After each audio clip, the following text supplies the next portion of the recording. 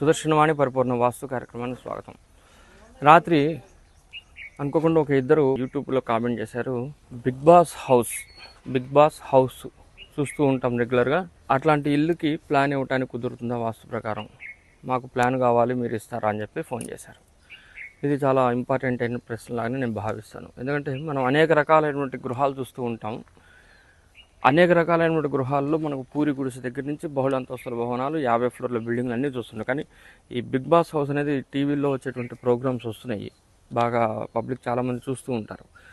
అందులో ఉండేటువంటి ఎమ్ఎన్టీస్ కానీ, నడకదారులు కానీ, లేదంటే లోపల ఉండేటువంటి ఓపెన్ టు స్కై కానీ, కోర్ట్యార్డ్ సీన్స్ కానీ, ఇట్లాంటివన్నీ చాలా వస్తూనే ఉంటాయి. అందులో స్టోర్ రూమ్స్, ప్యాంట్రీస్ అన్నీ రకరకాలుగా.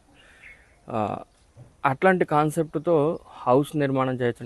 తప్పనిసరిగా సుదర్శనవాణి వాస్తు ద్వారా బిగ్ బాస్ హౌస్ మోడల్లో ఉండేటువంటి మోడల్ అదే ఉంటుంది. బట్ కాన్సెప్ట్ మొత్తం పూర్తి వాస్తు ప్రకారంగా ఉండేటువంటి గృహ నిర్మాణాలు మనం చేయవచ్చును.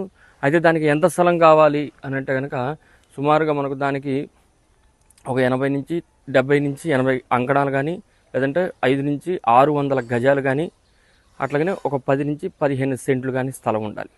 ఉంటే ఆ కాన్సెప్ట్తో ఉండేటువంటిది, ఆ మోడల్ ఆఫ్ స్ట్రక్చర్గా ఉండేటువంటిది, పూర్తి వాస్తు ప్రకారంగా ఉండేటువంటి ఎంట్రీ ఎగ్జిట్లు మొత్తం అన్నిటితో కూడాను శాస్త్ర ప్రమాణాల ప్రకారంగా, సాంప్రదాయ వాస్తు ప్రకారంగా, డిగ్రీస్ అనాలిసిస్ ప్రకారంగా మనం నిర్మాణం చేయొచ్చు. ఎటువంటి ఇబ్బంది ఉండదు. కాబట్టి బిగ్ బాస్ హౌస్ మోడల్లో ఉండేటువంటి పూర్తి వాస్తు ప్రకారంగా ఉండే నిర్మాణాలు త్వరలో రాజమండ్రిలో స్టార్ట్ చేయడం జరుగుతుంది. జై శ్రీమన్నారాయణ.